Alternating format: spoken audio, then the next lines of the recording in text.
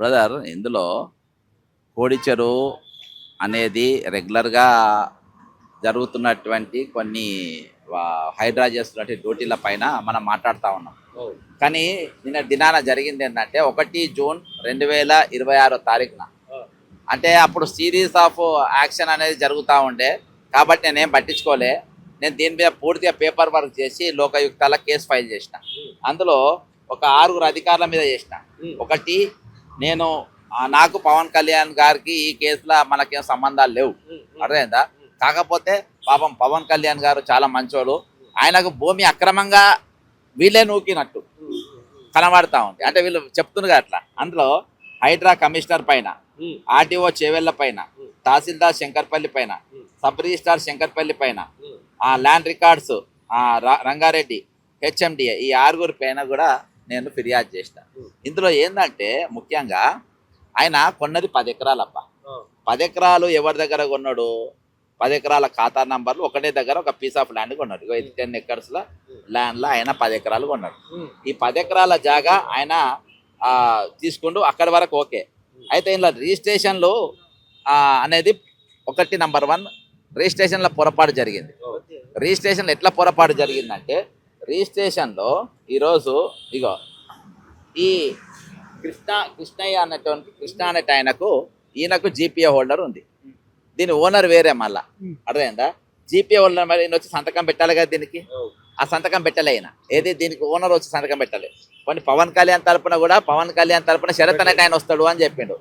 కానీ ఆయన ఏది పవన్ కళ్యాణ్ పోలే, శరత్ ఆయన కూడా పోయినారు. ఈ ఫింగర్ ప్రింట్ మొత్తం చూస్తే తెలిసిపోతుంది. నంబర్ 1.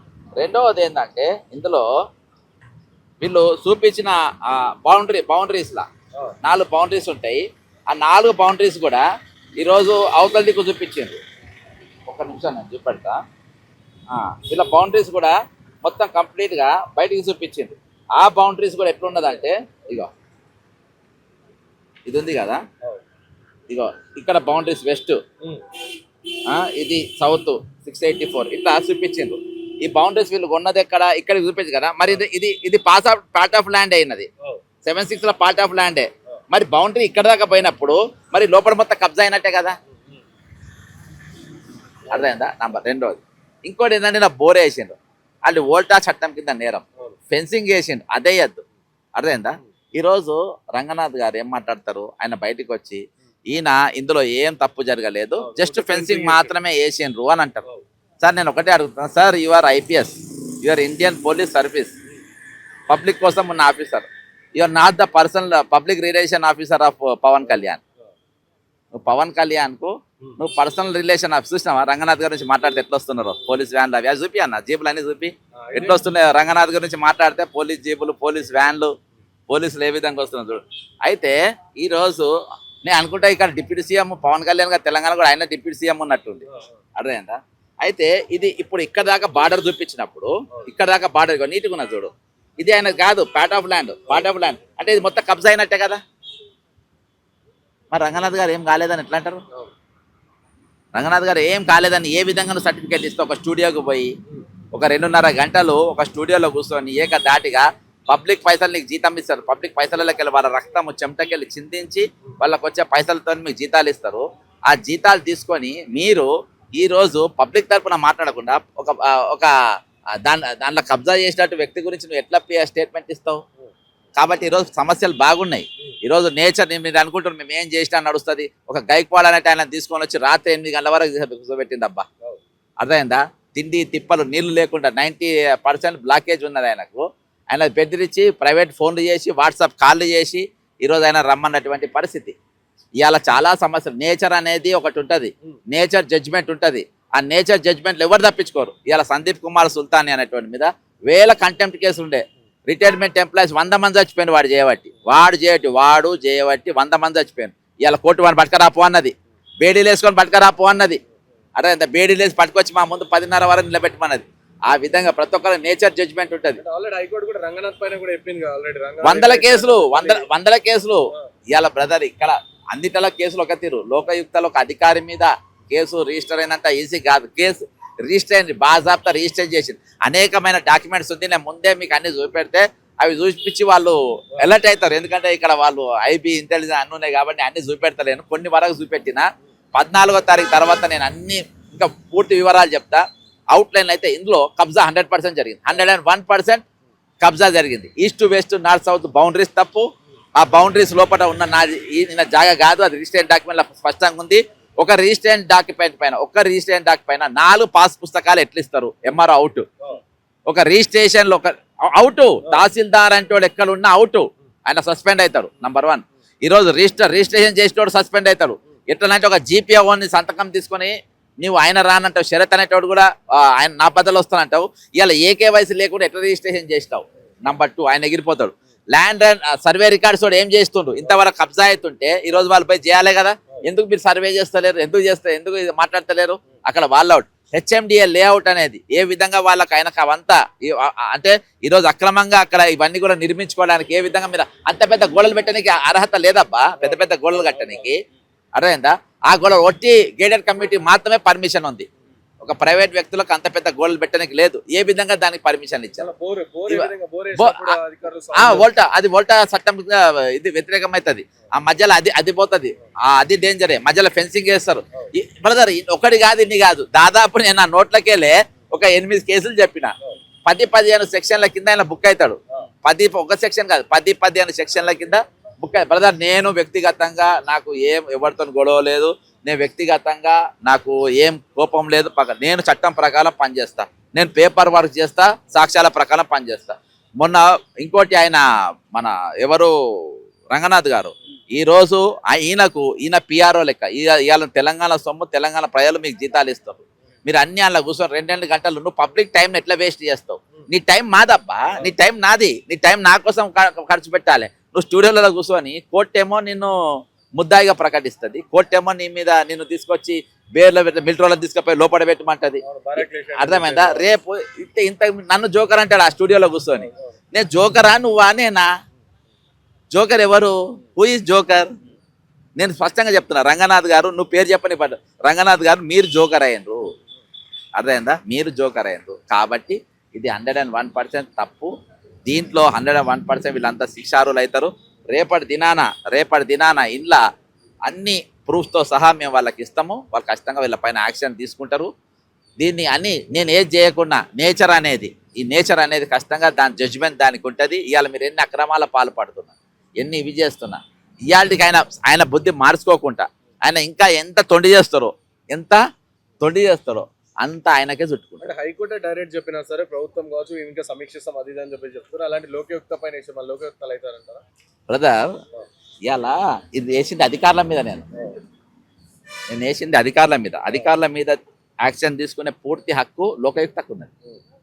ఈ కెనాట్ ఎస్కేప్. అర్థమైందా? కాబట్టి ఈరోజు ఖచ్చితంగా నేను ఏదో ఒక దగ్గర న్యాయం జరుగుతుంది. అసలు నేను రిజిస్టర్ కాదనుకున్నా, అసలు రిజిస్టర్ అయింది, పేషీ పెట్టింది, పిలిచిందంటే 101% దీనిపైన ఇస్తుంది. వాళ్ళు కూడా దీన్ని ఏదో తిమ్మిని బమ్మని చేసే ప్రయత్నం చేస్తారు. అయినా కానీ ఏది చేసినా చేయకుండా బ్రదర్, ఇవాళ మీరు దొరికిపోయినారు, డాక్యుమెంట్ దొరికిపోయినాయి, పేపర్లో సహా దొరికిపోయినారు. అర్థమైందా? మీరు తప్పించుకునే అవకాశం ఉండదు. ఖచ్చితంగా ఈరోజు మీరు ఎవరిని ఏం పేరు పెట్టి పిలిచినా, మీరు ఎక్కడెక్కడ మీరు ఏ స్టూడియోలో పొద్దు తిరిగినా, ఎన్ని మీరు నిర్దోషి అని చెప్పుకునే ప్రయత్నం చేసినా ఏడ కూడా మీరు తప్పించుకోలేరు. అర్థమైందా? ఇలా బ్రదర్ ఒట్టిగా రిజిస్టర్ చేయరు కదా. ఒక 6 అధికారుల మీద ఏ డాక్యుమెంటేషన్ లేని ఏది లేని ఒట్టిగా ఇది చేయలేరు కదా. ఇప్పుడు వాళ్ళు అడుగుతున్న ఫోటోలు తీసుకోనికి నేను మీకు ఎందుకు పెడతాను అంటే వాళ్ళకి నేను క్లూ ఇవ్వదలుచుకోలేదు. అర్థమైందా? వాళ్ళకి కూడా క్లూ ఇవ్వదలుచుకోలేదు. కాబట్టి అన్ని కోర్టులో ఉన్నాయి, కోర్టు పరిధిలో ఉన్నది. వాళ్ళు చేసుకున్నాక మీరు చాలా సార్లు చూపెట్టారు. మీడియా కూడా డైరెక్ట్ కోర్టు చిరు దగ్గరికి వెళ్ళి కూడా డైరెక్ట్ చూపెట్టినాం మీడియా వాళ్ళని, సోషల్ మీడియా అయినా కూడా ఇన్ని ఆధారాలు కూడా రంగనాథ్ కావచ్చు లేకపోతే అంటే అక్కడికి ఇప్పుడు బ్రదర్ అక్కడ మీడియా ఏం చేసిందంటే అక్కడ పోయి చూపించింది. అక్కడ మనం ఏం చేసినా పేపర్ వర్క్ చేసినాం. ఇప్పుడు డాక్యుమెంట్ పరంగా కేసు ఫైలింగ్ అనేది ఇంపార్టెంట్. ఆ ఫైలింగ్ కేసు అంతా నేను చేసిన ఈరోజు. కాబట్టి ఈరోజు ఇవాళ ఎక్కడ కూడా తప్పించుకునే అవకాశం లేదు, ఏదో ఒక దగ్గర దొరికిపోతారు. అర్థమైందా? ఇవాళ దానికంటే పెద్ద శిక్ష ఈ రోజు ఆల్రెడీ ఆయన అనుభవం తెలియకుండా ఇవాళ శిక్ష అని తెలుసా? ఏ మీడియా వాడు పోయినా క్వశ్చన్ అడుగుతాడు, ఏ మీడియా అయినా నీ ఇల్లు చెరువులు ఉందంట కదా అని అంటాడు. నేను అది ఆయన ఇల్లు చెరువులను చూపించిన చెప్పిన ప్రతి ఒక్క నేను అడుగుతాను, నువ్వేం చెప్పాలి? లేదు చెరువులు లేదని చెప్పాలి, అదే నీ పనిష్మెంట్ అన్న. అర్థమైందా? ఇవాళ ఎక్కడ పోయినా ఆల్రెడీ ఆ పనిష్మెంట్ పడుతూ ఉంది. వచ్చే రోజులలో బ్రదర్ నేను ఇన్ని రోజులు ఆయన వ్యక్తిగతంగా ఏం దందాలు చేస్తారు, ఎవరెవరికి ఫోన్లు వస్తారు, ఎవరిని ఏం పెద్ద పట్టించుకోలే. ఇప్పుడు పట్టించుకుంటా నేను. ఇప్పుడు బరాబర్ పట్టించుకుంటా.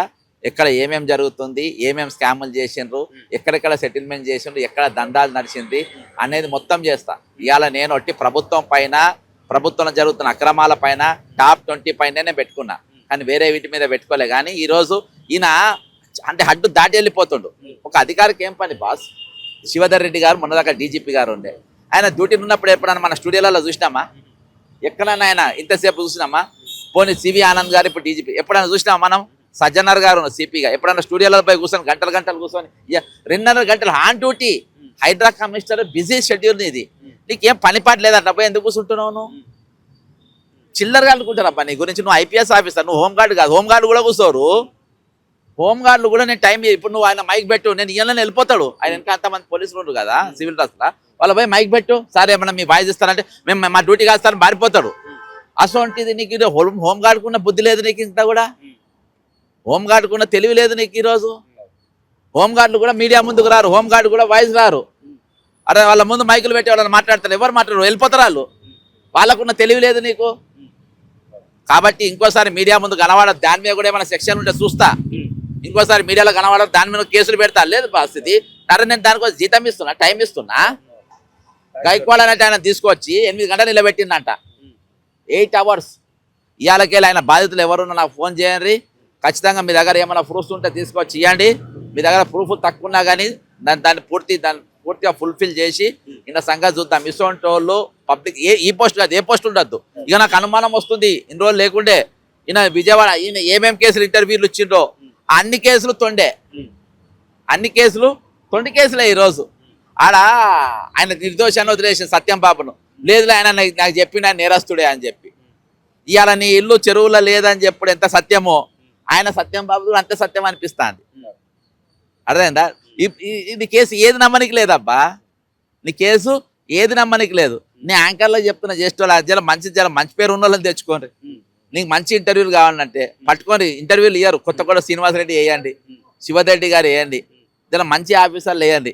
అర్థమైందా? ఇటువంటి చిల్లరగాళ్ళని తీసుకొని వస్తే మీరు ఒక చిల్లరగాళ్ళు అని చెప్పి ఆయన అందరూ అన్సబ్స్క్రైబ్ అవుతారు. మీ ఛానల్ చూసేవాడు కూడా వాడు చూడడు. అర్థమైందా? ఇవన్నీ కూడా పేమెంట్ ఇంటర్వ్యూలు అని మాకు అర్థమవుతుంది.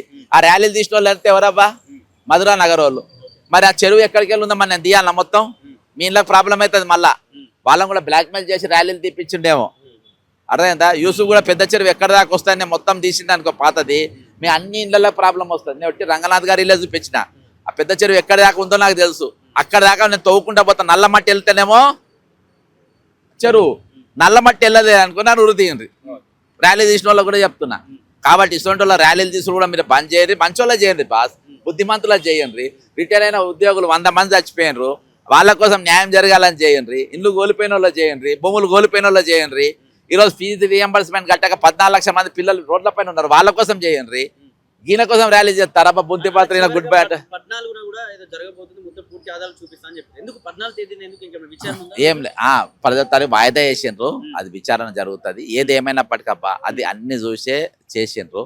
నేను తక్కిన విషయాలన్నీ కూడా ఇంకా కొంచెం సమయమైన తర్వాత కోర్టు వాళ్ళు ఎట్లా చెప్తారో అట్లా చేస్తా. ఏది ఏమైనప్పటికీ ఆయనకు బ్యాడ్ టైం స్టార్ట్ అయింది. అర్థమైందా? బ్యాడ్ టైం అనేది రంగనాథ్ గారు స్టార్ట్ అయింది. ఆయన ఎంబడి నేచర్ ఎంబడి పడుతుంది.